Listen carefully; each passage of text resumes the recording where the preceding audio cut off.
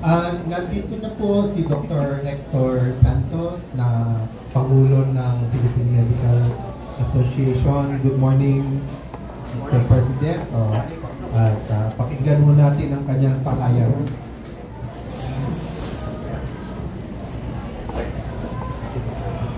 Thank you po.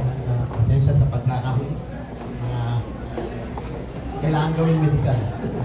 Ang Philippine Medical Association po na aking kinakatawan ko ay nakasama dito sapagkat una ho kami nag-question dahil sa pagtatanggal ng 89.9 billion na PhilHealth funds at lilipat sa treasury. Kaya kami ho'y nagsama-sama dito. Inalmahan ho ng mga doktor ito. Kung yung mamarapati mo, ang mga doktor po ang nagpapasatupad ng tinatawag na PhilHealth na medical services. Kami po ang nasa field, nasa hospital, nasa clinic, sa mga. So, ang mga PhilHealth po ay aming ginagamit upang mabigyan ng serbisyo ang mga sambayanan. Ang tinatawag nga nila ay universal health or kalusugan para sa lahat. Ngayon, nakikita namin na pagka binawasan po at hindi ho wasto ang paggamit sa mga pondo ng PhilHealth, hindi ho nabibigay yung nararapat na medical services sa mga pasyente na aming nakikita. Ganun po, ganun pa rin po, ang mga doktor po ay nagtitiwala ng PhilHealth at ang gobyerno ay babayaran yung mga dapat bayarin ukol sa kalusugan ng dideliver ng kalusugan sa mga sambayanan. Kami din po, mga doktor, kayo na mga manggagawa at saka nagtatrabaho, kayo po ang mga direct contributors, I think, na nasabi niyo na yan sa ating mga panelists dito. At isinama naman po nila mga indirect contributors, o yan po yung mga isinama na hindi na po talaga nagbabayad dahil sila yung mga 40s, mga senior citizens, mga manggagawang pababa ang kita. Pero sineservisyohan pa po natin sila dahil sila po ay bahagi ng PhilHealth. So, ang mga doktor po ay nagtitiwala, nabibigyan serbisyo. Ang mga hospital nagtitiwala, bibigyan serbisyo dahil PhilHealth po ang kanilang health insurance. Sa mga nangyari ho, sa mga nakaraang taon, napansin namin na nabibigyan namin ng serbisyo at ang mga hospital nabibigyan serbisyo, pauwiin yung pasyente dahil insured daw sa PhilHealth, babayaran. Hindi naman mo dumarating yung kabayaran sapagkat natidelay mo ng mga ilang buwan. Iba dumarating naman, pabalik-balik ang mga insurance claims or PhilHealth claims at kini-question yung mga inilagay ng mga doktor. Pero mga doktor naman po ay naggamot at tama naman ang paggamot nila, wala naman hong katulad ng kanila sinasabing fraud raw ang aming mga inilalagay na treatment. Pero totoo naman po at hindi lang ho nila babahagi na maigi yung tamang diagnosis at treatment ng pasyente. So, ang nangyayari, tumatanggap din ho mga doktor ng mga guarantee letter galing mo sa mga ating local government, mga congressman, at mga mayor, sa pamamagitan ng mayib, akap, at malasakit.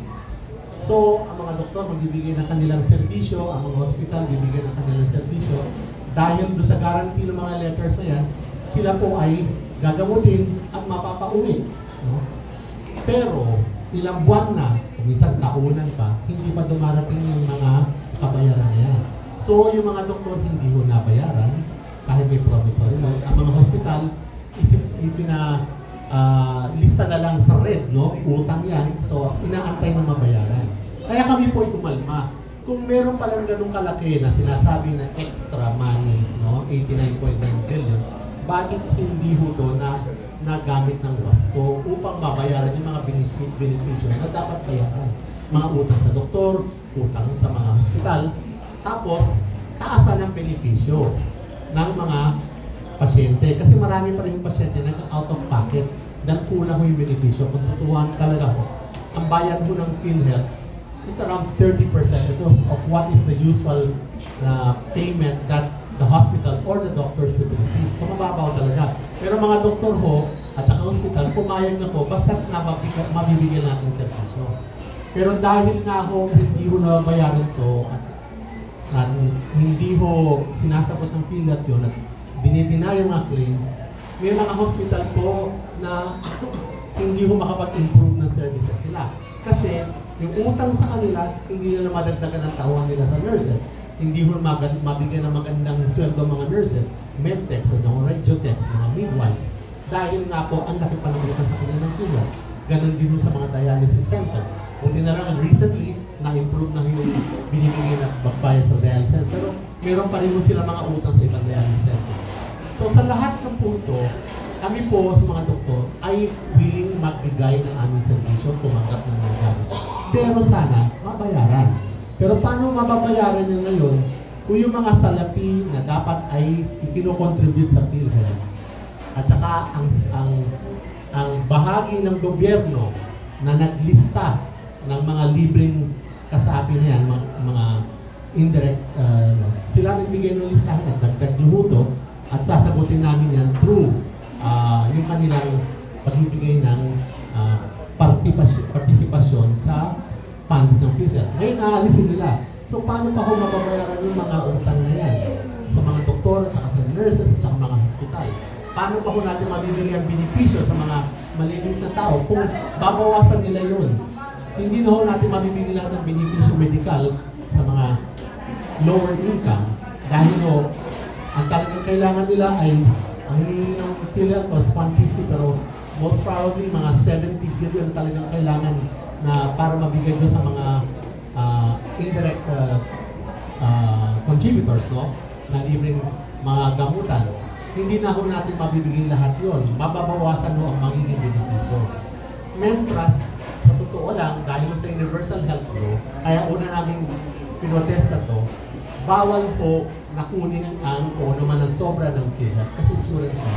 Dapat po yan ilagay sa pagtaas ng benepisyo sa mga miyembro nito o, ikalawa, babaan ng contribution ng mga direct contributors.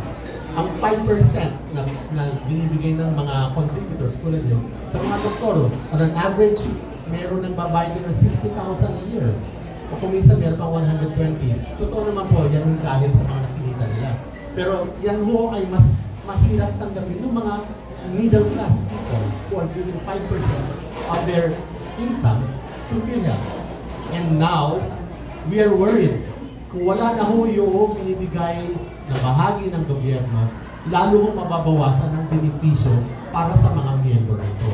Kaya ho ang mga doktor ay nakikiisa dito upang iprotesta na ang una, yung pagkakuha ng 89, yung 60 billion na lang natin na nakuha na, sana maibalik. Kaya ho may protesta pa rin kami at kami kasama sa mga pumima ng PRO niyan sa Supreme Court. At pangalawa, sana ho ay ibigay ho yung kanilang kontribusyon ng gobyerno para sa kalusugan ng tao, hindi para sa mga infrastruktura o mga port valley nila. Yun lang po ang aming hininakit sa mga doktor. Kami po ang nagpapatupad ng serbisyong medikal para sa PhilHealth na ito. Kung ito po ay hindi maisakatuparan dahil kulang ang pondong binibigay ng gobyerno, hindi ho magsasucceed ang ating programang kalusugan para sa lahat. Kung ganyan din po, marami na po sa mga doktor namin ang nag-question, ang parin po kayo rin, mga manggagawa. Marami na ho, 2 o 3 hospital na ho last year already wanted to disengage at huwag nang makisali sa PhilHealth. Paano po ang mga doktor dahil hindi ho nyo nababayaran? Ano pa ho ang punto na makisali kami sa PhilHealth? Yun ang sabi ng karamihan. Kasi nga ho yung hospital nila sa probinsya, maliliit lang ho sila, maraming utang, magsasara. So, bakit pa raw sila tatanggap ng PhilHealth? Tatanggalin na nila yung kanilang. Ayaw naman po namin yun. Kami po sa Philippine Medical Association, ang aming pong tema sa taong ito, nagkakaisang PMA, maghahatid ng kalusugan para sa lahat. So kami po ay talagang sumusuporta upang maibigay sana itong kalusugan para sa lahat. At ang PhilHealth ang supposed to be ang ating may mandato na magdala ng kalusugan para sa through the universal health. Salamat po sa inyo at salamat po sa pakikinig.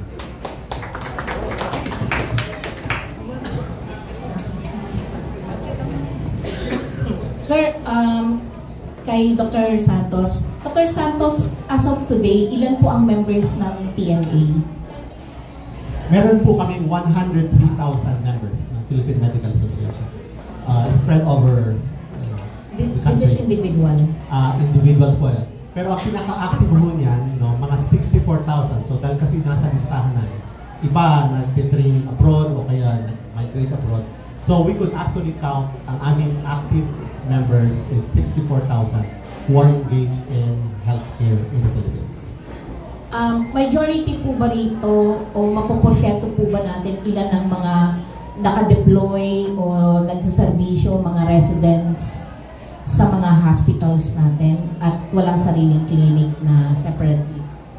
Majority po niyan, I would say mga 45% are involved in government practice and 60% are in private practice. Ano po? So mga government, ang aming ano rin ho, ngayon yung bagong naipasa na sa third reading na Philippine Medical Act na to replace the 1959 medical law, no? Magiging integrated PMA sana. So lahat sana mag-member ng PMA. Sa ngayon, hindi po lahat. Ang nasa listahan po ng PRC, meron silang nasa 120,000, of which 103,000 lang. Pero ang miyembro namin po na aktibo is more than 64,000. So hindi po lahat ng, may mga doktor na hindi gumagamit ng PhilHealth, hindi po sila nag-member ng PMA. Pero they are like yung mga doktor ng mga clinic sa government institution, government offices, hindi sila nag-PhilHealth, so swelduhan sila. So kailangan mo kasi na you are an active member of PMA for you to be accredited by PhilHealth. Ano po ang ano? Correct me if I'm wrong. Yung wala po kayong member ng mga hospital owners, no? Kasi sa Philippine Hospital Association po yun. Ang Philippine Hospital Association, mga doctors ng Philippines, ay membro po ng PMA. In fact, it's one of our active societies that we work with. The Philippine Hospital Association, the Private Hospital Association of the Philippines, PHAPI, at saka yung Academy of Hospital Administrators. Yan ho ang mga nagpapalakad ng mga hospital. At marami ho dyan ay mga doktor na may mga private physicians who are running the hospitals. Thank you. We'll take one more question if there's any.